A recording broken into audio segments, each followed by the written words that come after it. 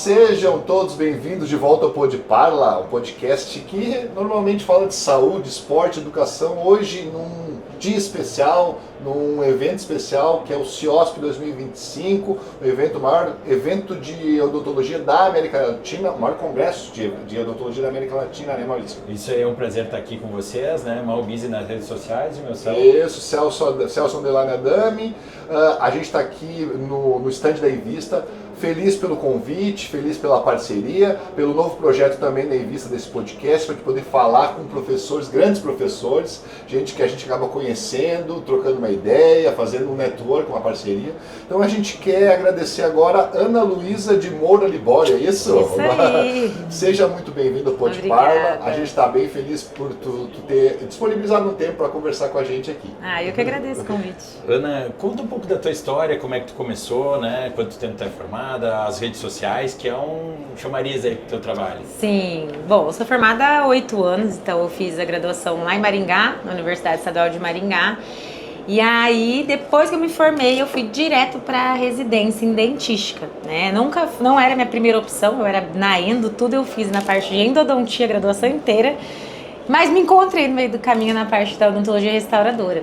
E aí eu fiz esses 2 anos de residência, e nesses 2 anos não podia trabalhar por fora, era dedicação exclusiva. Então eu recebi uma bolsa mensal e fiquei esses 2 anos depois da faculdade dentro da outra universidade, que era a UEL. É diferente, né? Porque normalmente as pessoas fazem especialização. Pois né? É uma coisa bem incomum ainda na odontologia. Na área médica a gente vê muito, né? Residência. Mas foi uma experiência super legal, porque me deu uma certa segurança nos meus 2 primeiros anos de formada, né? Que a gente nunca sabe, né? Se vai ter salário, se não vai, se vai conseguir emprego. E aí, depois que eu terminei a residência, que eu saí como especialista em dentística, e aí eu me joguei no mercado de trabalho, né? Mas também não tem ninguém na família dentista, então fui entregar currículo em tudo quanto é lugar. E aí, nesse meio tempo, nessa transição aí da residência, foi onde eu comecei a associar meus atendimentos com a rede social, para compartilhar meu trabalho, para começar a ter paciente, para as pessoas me conhecerem. E foi uma ferramenta que abriu muita porta para mim, desde o começo. E como que tá a tua vida hoje? Teu trabalho ele se separa em consultório, cursos? Onde que tu tá hoje trabalhando? Hoje eu atendo no meu consultório em Maringá, no Paraná. Eu tenho uma sócia que ela é pério e implanto e eu fico na parte de dentística e reabilitação, então é um casamento, né? E aí, então, eu atendo no meu consultório lá em Maringá e me divido hoje em sala de aula, ministrando cursos. E tu tem um curso que chama Estratégica, é isso? Isso mesmo. Fala um pouquinho desse teu curso, como que funciona, como tem alguns lugares que tu tá dando, até no Brasil, fora do Brasil, sim, né? Sim. Esse curso, na verdade, ele nasceu de uma ideia, de um desejo meu de querer disseminar conhecimento e trazer uma outra filosofia, assim, que é a filosofia que eu acredito em relação a trabalhos com resina em dentes anteriores, porque eu via muita coisa que eu não concordava, né? Principalmente nas redes sociais, muita faceta, desgaste, trabalhos muito invasivos. Então o nome, né, estratégico, ele veio com a ideia de trazer diferentes estratégias restauradoras, não só facetas. Então, tanto que o curso não chama facetas de resina composta, é resina composta em dentes anteriores. Então a ideia era trazer diferentes formas de trabalhar com resina, recontorno, acréscimo, faceta, fechamentos de diastemas, então diferentes abordagens. E aí hoje eu ministro esse curso no Brasil inteiro, assim, vários estados, todas as regiões, né? Então a gente vai São Paulo, Belo Horizonte, no Nordeste, vem Recife, Maceió, enfim, estamos aí com as turmas, enfim, tem sido uma experiência bem legal. E a gente precisa levar ela pro Rio Grande do Sul, né? É verdade, as pessoas pedem bastante. Nós temos uma escola lá que chama Scal Experience, então daqui a pouco, olha, quem sabe a gente consegue uma demanda de um curso lá. Esse curso te levou a lugares que imagino eu que de repente não pensava, né? Sim. E dar um curso na Arábia Saudita? Isso, foi na Arábia Saudita. Foi semana passada, eu acabei de voltar. Foi um congresso, né? O FDI, que é o congresso regional de lá. E aí eu ministrei uma aula e um hands-on, né? Como é que foi essa experiência lá? Foi uma experiência muito legal, então assim, eu nunca tinha ido para o Oriente Médio, então primeiramente o choque cultural de você ver um país completamente diferente do Brasil, né, e eu acho que é sempre uma experiência que abre muito nossa cabeça, né, que às vezes a gente fica numa bolha, né, vivendo no nosso país, então nesse sentido foi muito legal e de ver a odontologia por lá também, mas principalmente eu acho que o que mais me marcou dessa experiência foi poder ir para um país tão diferente, com uma outra cultura, como uma dentista mulher e jovem num país que é super conservador e com outros, muito machista, né? Então, assim, senti que foi como eu posso dizer? Uma experiência. Foi uma abertura de porta, assim, um passo importante, vejo que para a odontologia feminina do Brasil, sabe? Poder estar lá representando e falando nos palcos de lá. Tu trabalhas com um material aqui da Care, resinas, existem resinas que tem, eu sei que tu trabalha com esses efeitos, né? Hoje em dia a gente trabalha muito com diferentes tipos de cor. Fala um pouquinho desses efeitos que as resinas do grupo te ajudam, te trazem. Que, como eu e o Maurício falamos mais da parte de implante, a gente não é tão familiarizado com tudo isso. E eu queria que as pessoas entendessem quais as vantagens dos materiais que o grupo tem para ti, pro teu dia a dia. Sim. Quando a gente pensa em resina, eu sempre falo que as pessoas ficam muito preocupadas em pensar, que resina eu vou usar, qual a cor da restauração, e ficam muito focadas nisso. Mas pra gente entender se uma resina de fato ela funciona, se é boa, a gente tem que primeiro entender o dente, né? Então é todo o comportamento óptico, a espessura das camadas, a interação com a luz. E aí o mais legal nas resinas da Care, que no caso as que eu uso mais são a Harmonize e a Herculite Presses, é justamente essa questão do comportamento óptico e como conseguem essa mimetização de um dente natural. E acho que isso é o que mais manda quando você vai selecionar uma resina para trabalhar, quando você busca um resultado natural, né? Então, por exemplo, a Harmonize, ela é uma resina que eu uso muito na minha rotina clínica, tanto para estética, caso de dentes anteriores, como para dente posterior, né? Porque pelo fato dela ser uma resina nano-híbrida, faz dela uma resina muito interessante em região posterior para receber carga, aguentar porrada mesmo, né? Com boas propriedades mecânicas, mas ao mesmo tempo ela tem esse efeito camaleão que eles chamam, né? Que ela é uma resina muito bonita, com um bom comportamento óptico, a interação com a luz, e aí a hora que você aplica ela como camada final, ela tem uma manipulação excelente e o mais importante, uma estabilidade de polimento e de brilho, que a longo prazo é o que faz mais diferença quando você trabalha com resina, né? Pensando em manchamento, pigmentação, é algo que, se você souber trabalhar com ela, vai ser muito difícil de acontecer. E quando tu fala de luz, certamente tá falando de fotografia, de planejamento, né? Como é que tu faz os teus planejamentos estéticos do sorriso para gerar essa naturalidade? Esse é um dos... Eu sempre falo que pra gente ter um resultado natural, não é só o dente, entender o dente, nem só entender a resina, mas principalmente você planejar bem o seu caso, desde a análise facial, do lábio, do sorriso, tudo, né? Porque o sorriso não é só dente, a gente às vezes fica muito focado só no dente. Então, o planejamento, ele é a base de tudo quando você vai trabalhar com reconstrução estética. E hoje eu faço por mais que a resina seja um trabalho manual, totalmente artesanal, não é só sair acrescentando material, né, sem critério nenhum. Então tem toda a parte do protocolo fotográfico que eu faço antes para fazer toda a análise desse paciente, do sorriso, faço as medidas, as linhas, para daí sim eu partir para esse planejamento 2D, que são esses desenhos, as medidas em si.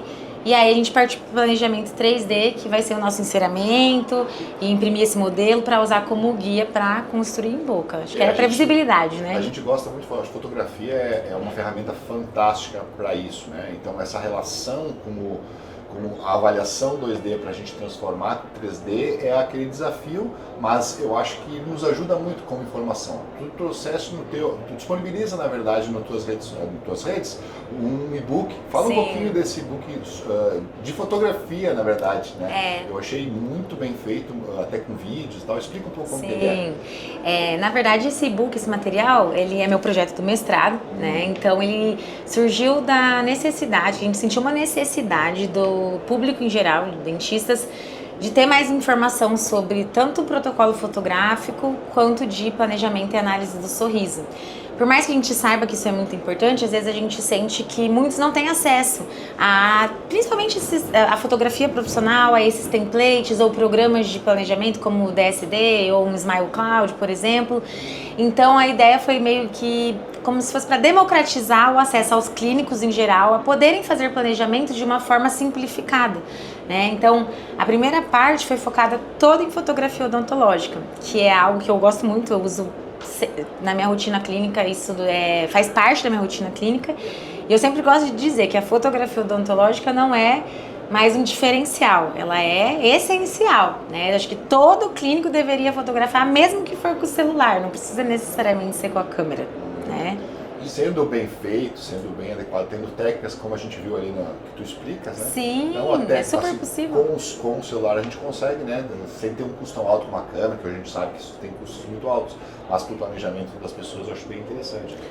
Com certeza. Isso aí. E tu chega a fazer só basicamente técnicas diretas ou indiretas na parte estética? Usa de repente algum trabalho cerâmico envolvido? Hoje eu acabo trabalhando mais com resina, né, que é o que o meu público no consultório procura, mas obviamente a gente também tem que ter um entendimento que existem limitações em certos casos, não dá para resolver tudo com resina nem tudo com cerâmica. Então, hoje eu trabalho sim com trabalhos indiretos no consultório, com cerâmica. Isso eu deixo mais para casos mais complexos, com substratos muito escurecidos, com muitas restaurações que já estão mais condenadas, pacientes mais velhos, ou dependendo do hábito também. Então, tudo isso eu avalio na primeira consulta, nesse planejamento. Direta, que você, não sei se de resina? Isso. Eu não costumo fazer, porque eu gosto muito da escultura, do momento da estratificação, do manual, falam que até é minha terapia, então eu gosto de fazer isso na hora, né? Eu vejo que você faz um conjunto de dentes, porque é a harmonia, né, do sorriso, né, certamente. Quanto tempo demora aquilo ali? Porque, poxa, tem que isolar, tem que preparar, planejar, visualizar todo... Como é que é a tua rotina, assim, de fazer uma boca, vamos dizer assim? É demorado, bem demorado, porque é todo um trabalho muito artesanal, né? Então, até o momento que o paciente chega e aí você vai anestesiar, você vai preparar esse dente para fazer o isolamento, às vezes tem que remover resina e aí você construir todos os dentes, todas as camadas. Normalmente eu demoro aí pelo menos umas 4 horas. Então vai de 4 a 5 horas, dependendo da complexidade do caso. Mas eu sempre, mesmo que é um caso que eu considere simples, eu deixo meio período. Porque eu gosto de fazer toda a documentação, de fazer com calma. E a gente nunca sabe, né? Se vai ter um imprevisto no meio do caminho. Mas normalmente é uma tarde para execução.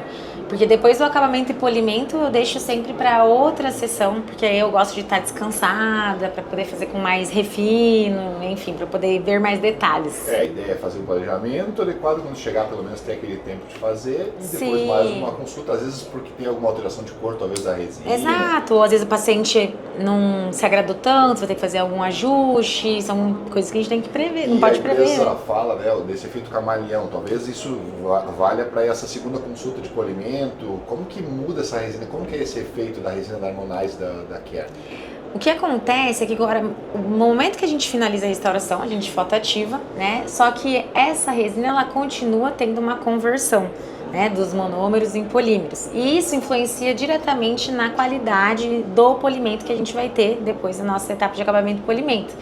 Então, no momento que a gente faz, a gente ainda não tem a noção do resultado final, porque primeiro que o dente está todo desidratado, você ficou lá 3, 4 horas com um lençol de borracha, aí a gengiva fica um pouco inchada, avermelhada, enfim, o paciente está cansado e tudo mais. E aí, quando você volta para a segunda sessão, você já tem esse dente hidratado, você já tem uma conversão muito melhor depois de 24 a 48 horas e a gente consegue, de fato, ter um polimento muito melhor e realmente consegue ver esses efeitos ópticos, essa camuflagem, esse efeito camaleão, essa naturalidade que a resina proporciona. Aí a gente consegue enxergar isso melhor na segunda sessão, depois do acabamento e polimento. E a questão da resina é um fator certamente influenciador, mas e a adesividade? Como é que você tem visto isso nos trabalhos que você tem feito para evitar, de repente, algum tipo de infiltração, manchamento, né, pigmentação posterior à técnica, né? Sim.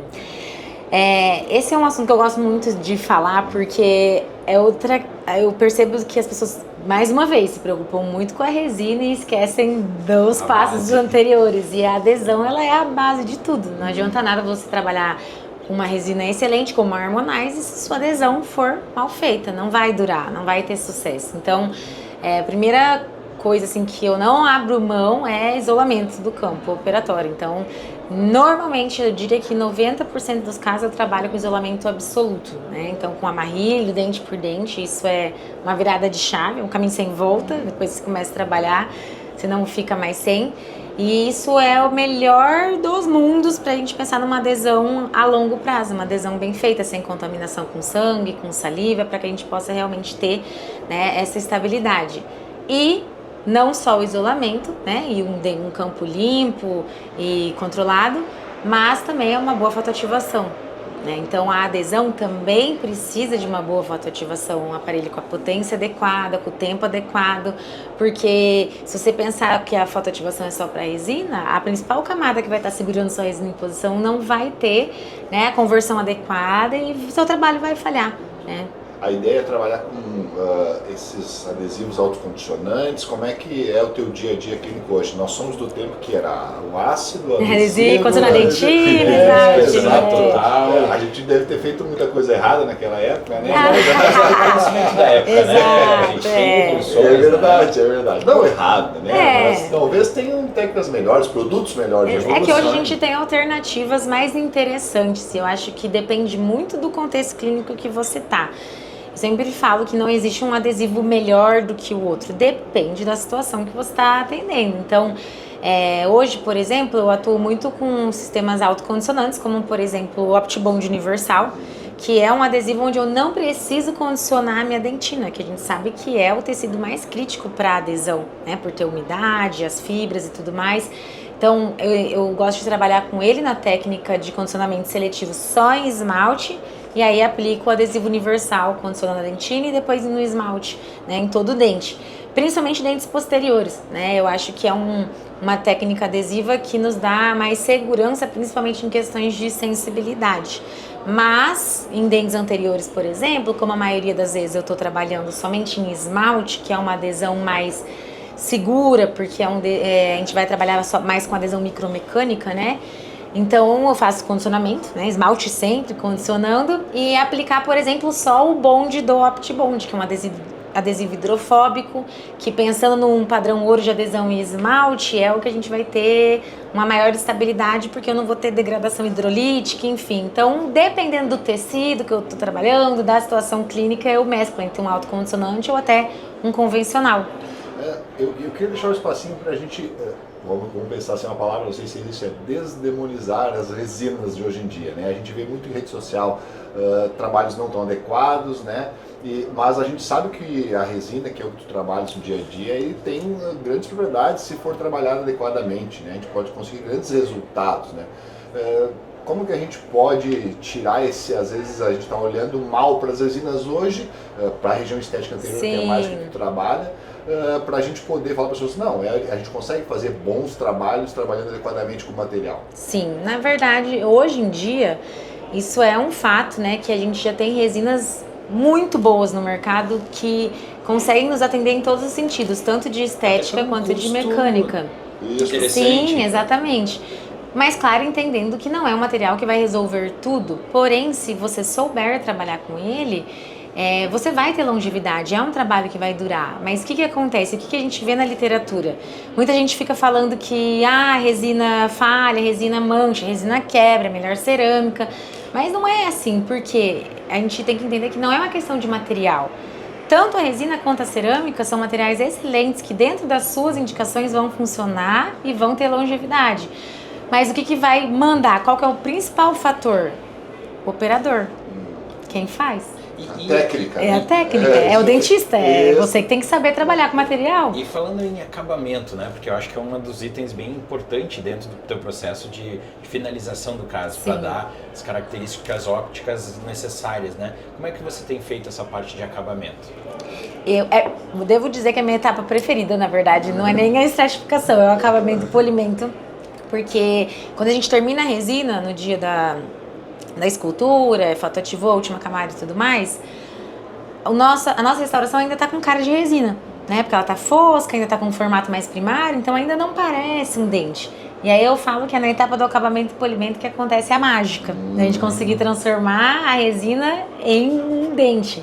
Então hoje é algo que eu gosto de fazer num segundo momento, como eu falei, pela gengiva, desidratação, cansaço, para eu poder enxergar mais.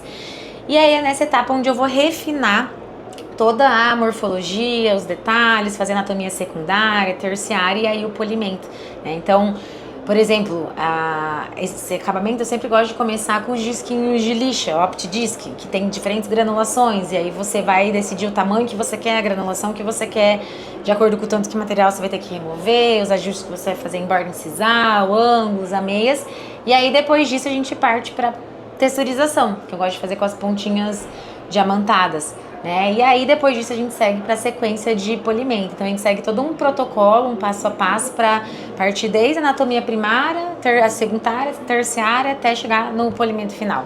A gente tem dificuldade de falar tudo, né, em 20 minutos. Se Sim. o pessoal quiser mesmo, você tem o curso da doutora, pode procurar nas redes dela, né? Sociais. E vocês vão poder aprender então todas as técnicas, utilizando os materiais então, da Care, que a gente tem aí no dia a dia, fantásticos materiais, né? A gente quer te agradecer pelo tempo, né, pela disponibilidade de conversar com a gente, muito simpática, né, para a gente poder conversar, né? A gente está aprendendo aqui, né? Nós somos de outra área, então a gente está sempre aprendendo aqui com os colegas. Muito obrigado pelo tempo, parabéns pelo teu trabalho, né? E a gente gostaria de, quem sabe, um dia conversar mais ainda sobre isso. Com certeza, se deixar fica uma hora aqui falando, né? Com certeza. Pessoal, muito obrigado. Até a próxima. Até mais. Eu que agradeço.